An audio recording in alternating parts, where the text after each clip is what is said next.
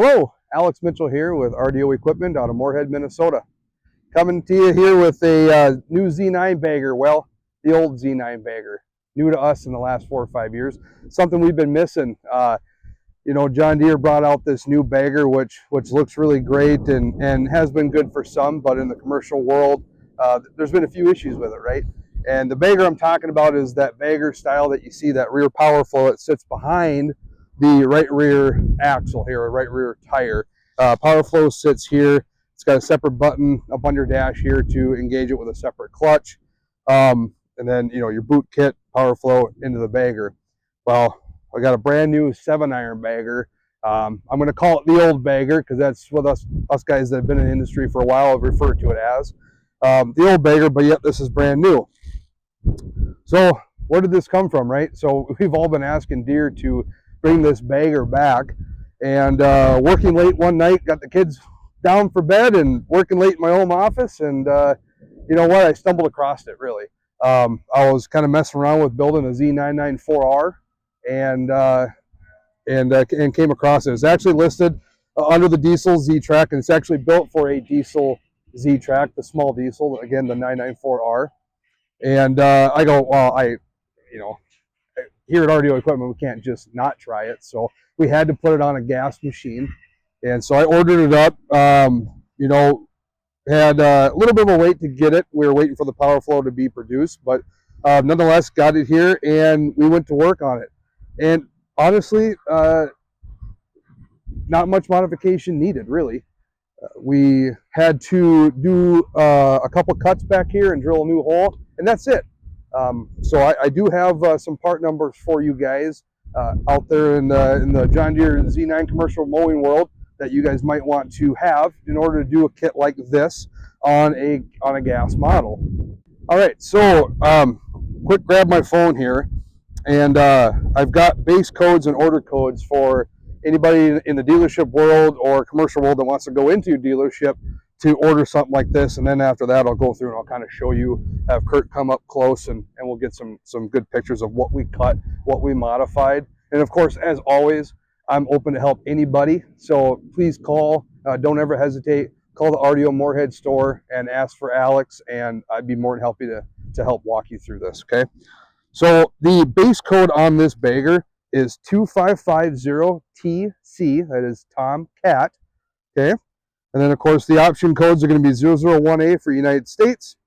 The next one is going to be 3500, 3500. That's going to be for your 7-iron blower.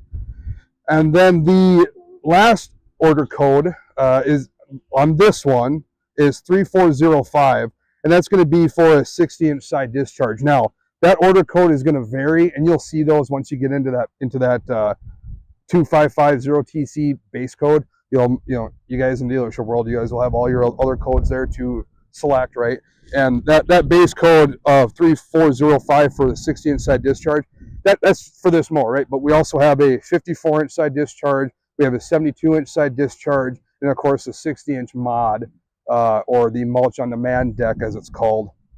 And what that code does, it actually selects what you have here for mounting on the side of the mower deck up underneath this blower. It's going to be the same blower, but it's going to be just your housing underneath to encapsulate the end of the mower deck and collect all the clippings. Okay, Kurt, can I have you come in close? I'm going to show everybody what we did here. Obviously, this does mount up as it always has with the 7-iron power flow off the side of the mower deck. If you've been in the industry a while or have done it, you know what I'm talking about. So that's not changed. The hopper top has not changed from prior years. Okay, what has changed though are the mounting brackets back here. And again, this is designed for the 994R, and that 994R, if you look at it side by side with a gas model, is a little bit longer. And the reason why, well, the back end of that machine is a little bit different to house that 3-cylinder Yamaha diesel engine that's in there, right? And we have radiators, so it's liquid cooled. There's just a lot more going on back there, so it is a little bit longer. And because of that, this square tube right here and the one on the other side, okay, on this end of it, we cut off 2 inches, okay, on both these square tubes, okay? There are 2 factory holes in this tube. Now, you cut off 2 inches, you still got those 2 factory holes. But on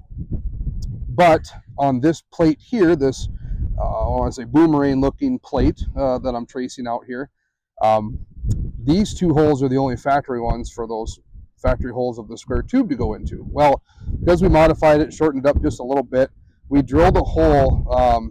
We used one of the factory holes here on the very end, and we drilled a hole through this side of this boomerang plate and the other side, and of course for the other two on the other side of the machine, to utilize one of those holes and put this bolt through. And then what we're doing here is a secondary bolt. We figured that we wouldn't need to drill any more holes. We can just utilize this hole, that this bolt actually goes through. It's not actually going through the tube, it's just going just underneath of it, and the tube's resting on it, and then we're just using it to pinch these two plates together on this square tubing. Now, we haven't done any testing on this yet. I'm assuming, a lot of technicians that we are looking at this, we're assuming that that one bolt is going to be sufficient holding up. But if we do have issues with it, the easiest fix that we're going to do is, because this bagger is already going to be modified for this mower, what we're going to do is we're just going to scuff off the paint here, and we'll just tack a weld here, a weld on the other side, and the opposite end. So if we do have an issue there, we can just put a bead here, put a bead on the other side, and of course on the other side of that there. So really quite simple. Anybody that's wrenching on these mowers or tractors in your dealership, or even in your shop at your business, could easily do this. So I'm pretty ecstatic how it came out. One thing we do have though, that I did real quick forgot about, is, and I'll have to put the part number in the description, but we bought two spacers here to space this piece out on the back of the mower deck. So these two spacers we added to the kit. I'll put the part number in the description, and so you guys can have that part number. Other than that, we're using all the hardware from the kit, and it's nice and level, straight up and down. On the back of the mower, we still have access. We can get our rear panel off for service if ever needed. Yeah, I guess I'm just ecstatic how it came out. I cannot thank the technicians here at RDO Equipment enough. I come with all these crazy ideas, and here's what I want it to look like, and these guys just make it happen. Several trips in and out of the shop, kind of bouncing ideas off each other, and I tell you what, it's a true team effort, and I am proud of my team. I am proud of RDO Equipment and the guys that we have working for us here, because things like this wouldn't happen without them. So huge shout out to the technicians out there.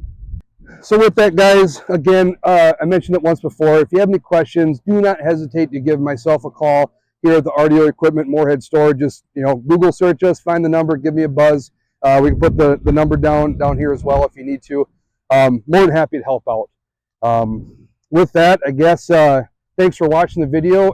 Like and subscribe to our YouTube channel. We're always doing custom builds like this, and so keep up to date with what we're doing here. Again, Alex Mitchell with RDO Equipment in Moorhead. Thanks for watching.